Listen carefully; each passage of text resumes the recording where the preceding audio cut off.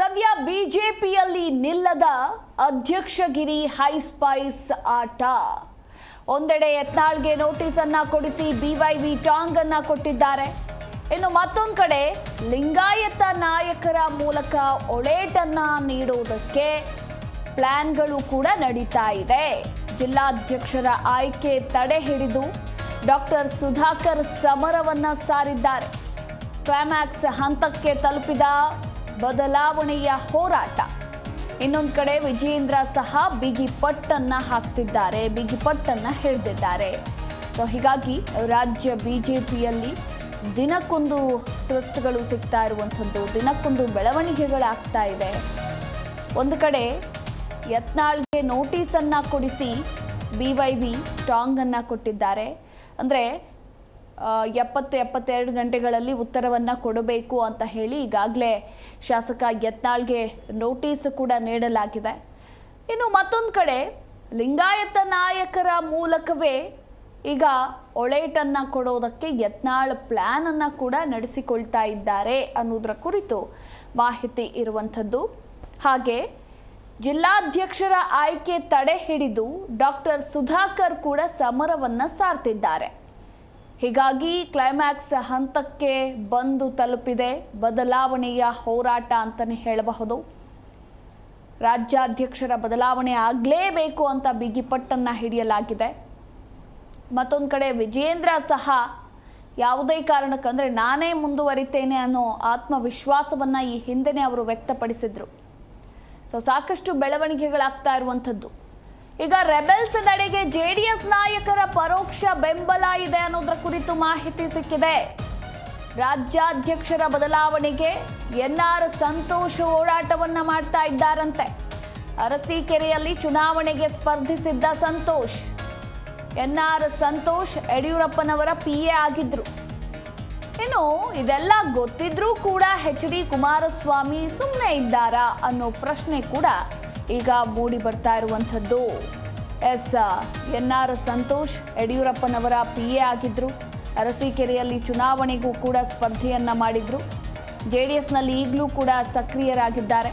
ಒಂದು ಕಾಲದಲ್ಲಿ ಯಡಿಯೂರಪ್ಪನವರ ಪಿಎ ಆಗಿದ್ದ ಎನ್ಆರ್ ಸಂತೋಷ್ ಇನ್ನು ಈಗ ರಾಜ್ಯಾಧ್ಯಕ್ಷರ ಬದಲಾವಣೆಗೆ ಇವರು ಕೂಡ ಓಡಾಟವನ್ನು ನಡೆಸ್ತಾ ಇದ್ದಾರೆ ಅನ್ನೋದರ ಕುರಿತು ಮಾಹಿತಿ ಇರುವಂಥದ್ದು. ಹಾಗೆ ರೆಬೆಲ್ಸ್ ನಡೆಗೆ JDS ನಾಯಕರ ಪರೋಕ್ಷ ಬೆಂಬಲ ಕೂಡ ಇದೆಯಂತೆ. ಈ ಕುರಿತು ಇನ್ನೂ ಹೆಚ್ಚಿನ ಡೀಟೇಲ್ಸ್ ಅನ್ನ ಕೊಡ್ತಾರೆ ನಮ್ಮ ಪ್ರತಿನಿಧಿ ಜನಾರ್ದನ್ ಹೆಬ್ಬಾರ್. Good morning. ರಾಜ್ಯ ಬಿಜೆಪಿಯಲ್ಲಿ ದಿನಕ್ಕೊಂದು ಟ್ವಿಸ್ಟ್, ದಿನಕ್ಕೊಂದು ಬೆಳವಣಿಗೆಗಳಾಗ್ತಾ ಇರುವಂಥದ್ದು. ಒಂದು ಕಡೆ ಯತ್ನಾಳ್ಗೆ ನೋಟಿಸ್ ಅನ್ನ ಕೊಡಿಸಿ ಬಿವೈವಿ ಟಾಂಗ್ ಅನ್ನ ಕೊಟ್ಟಿದ್ದಾರೆ. ಯತ್ನಾಳ್ ಕೂಡ ಒಂದಷ್ಟು ಪ್ಲಾನ್ಗಳನ್ನ ಮಾಡ್ಕೊಂಡಿದ್ದಾರೆ. ಹಾಗೆ JDS ನಾಯಕರ ಪರೋಕ್ಷ ಬೆಂಬಲ ಕೂಡ ಇದೆ ಅಂತ ಹೇಳಲಾಗ್ತಾ ಇದೆ. ಇದ್ರ ಜೊತೆಗೆ ಎನ್ಆರ್ ಸಂತೋಷ್ ಕೂಡ ರಾಜ್ಯಾಧ್ಯಕ್ಷರ ಬದಲಾವಣೆಗೆ ಓಡಾಡ್ತಾ ಇದ್ದಾರಂತೆ. ಇದೆಲ್ಲದರ ಡೀಟೇಲ್ಸ್. ವೆರಿ ಗುಡ್ ಮಾರ್ನಿಂಗ್ ಮಧು. ಬಹಳ ಇಂಟ್ರೆಸ್ಟಿಂಗ್ ವಿಚಾರ ಅಂತಂದ್ರೆ JDS ಮತ್ತೆ ಬಿಜೆಪಿ ಒಂದಾಗಿ ಚುನಾವಣೆಯನ್ನ ಕೂಡ ಎದುರಿಸಿದೆ ಲೋಕಸಭಾ ಚುನಾವಣೆಯಲ್ಲಿ. ಆದ್ರೆ ಆ ನಂತರದಲ್ಲಿ ಆಗ್ತಾ ಇರುವಂತ ಬೆಳವಣಿಗೆ, ರಾಜ್ಯಾಧ್ಯಕ್ಷರ ಬದಲಾವಣೆ ವಿಚಾರ, ಇದೆಲ್ಲ ಬೆಳವಣಿಗೆಯನ್ನು ನೋಡಿದಾಗ ಒಂದಷ್ಟು ಅಚ್ಚರಿಯನ್ನ ಮೂಡಿಸ್ತಾ ಇದೆ. ಕಾರಣ ಏನಂತಂದ್ರೆ ರಾಜ್ಯಾಧ್ಯಕ್ಷರ ಬದಲಾವಣೆಗೆ ಬಿಜೆಪಿ ನಾಯಕರುಗಳೇ ಅದರಲ್ಲಿ ಹೋರಾಟವನ್ನ ಮಾಡಿದ್ರೆ ಅದಕ್ಕೊಂದು ಅರ್ಥ ಇದೆ. ಆದ್ರೆ ಇಲ್ಲಿ JDS ನ ನಾಯಕರು ಸಹಿತ ಇದಕ್ಕೆ ಬೆಂಬಲವನ್ನ ಕೊಡ್ತಾ ಇರುವಂತೆ ಕಾಣಿಸ್ತಾ ಇದೆ.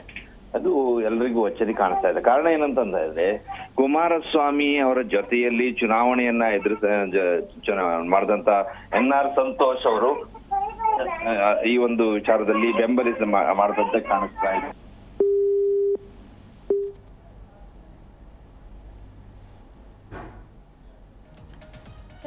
ಕರೆ ಕಟ್ಟಾಗಿದೆ, ಮತ್ತೆ ಪ್ರಯತ್ನ ಪಡ್ತೇವೆ. ನಿಜಕ್ಕೂ ಕೂಡ ಸಾಕಷ್ಟು ಬೆಳವಣಿಗೆಗಳಾಗ್ತಾ ಇದೆ. ಈಗ ಜೊತೆಗೆ JDS ನಾಯಕರ ಪರೋಕ್ಷ ಬೆಂಬಲ ಇದೆ ಅನ್ನೋದು ಕೂಡ ಗೊತ್ತಾಗಿರುವಂಥದ್ದು. ಹಾಗಿದ್ರೆ ಇದಕ್ಕೆ HD ಕುಮಾರಸ್ವಾಮಿಯೂ ಕೂಡ ಬೆಂಬಲವನ್ನು ಸೂಚಿಸಿದ್ದಾರಾ ಅನ್ನೋ ಪ್ರಶ್ನೆ ಬರುತ್ತೆ. ಅಂದರೆ ಇದೆಲ್ಲ ಗೊತ್ತಿದ್ರೂ ಕೂಡ ಹಾಗಿದ್ರೆ HDK ಸುಮ್ಮನೆ ಕೂತಿದ್ದಾರಾ ಅನ್ನೋ ಅನುಮಾನದ ಪ್ರಶ್ನೆ ಕೂಡ ಇರುವಂಥದ್ದು. ಗೊತ್ತಿದ್ರೂ ಸುಮ್ಮನಿದ್ದಾರಾ HDK ಅಂತ. ಇನ್ನು ಸದ್ಯಕ್ಕೆ JDS ನಾಯಕರ ನಡೆ ಅಚ್ಚರಿ ಮೂಡಿಸಿದೆ ಅಂತಲೇ ಹೇಳಬಹುದು. ಎಸ್, ನಮ್ಮ ಪ್ರತಿನಿಧಿ ಮತ್ತೊಮ್ಮೆ ಸಂಪರ್ಕಕ್ಕೆ ಬಂದಿದ್ದಾರೆ. Janardhan Hebbar, over to you.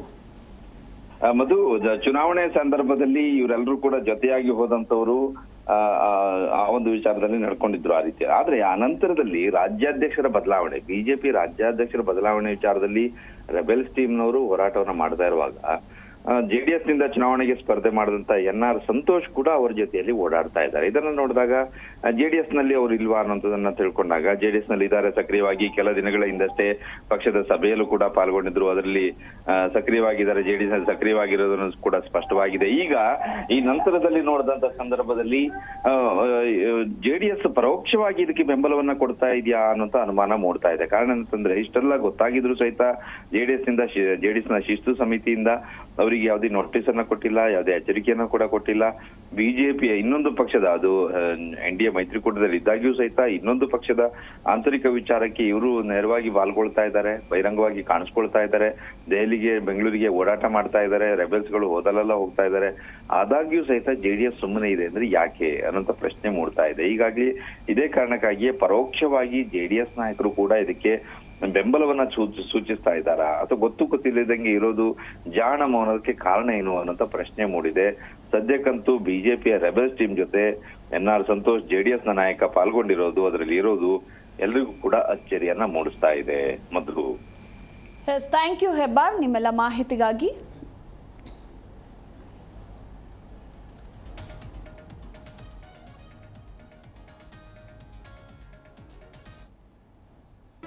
G Kannada news ಈಗ ನಿಮ್ಮ ಮನೆಯಲ್ಲೇ ನೋಡಿ.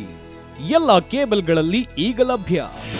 ನಿಮ್ಮ ನೆಚ್ಚಿನ ಜಿ ಕನ್ನಡ ನ್ಯೂಸ್ ಈಗ ಸನ್ ಡೈರೆಕ್ಟ್ ನಲ್ಲಿ number 292, Tata play number 1664, Jio TV number 1334, NXT digital number 30, in cable number 30, city networks 51, U digital number 162, GTPL number 17, Rockline telecommunications number 42, Shri Basaveshwara cable number 168, rural cable network 60, Vinayaka digital 57, Abhishek cable 821, city channel 53, Siddeshwara cable network 57, V4 digital Infotech 628, Surya digital networks 53, Gajanan digital number 836, Malnad Infotech Private Limited number 56, Metrocast number 830, Victory Digital number 167ರಲ್ಲಿ ನೋಡಿ ಆನಂದಿಸಿ.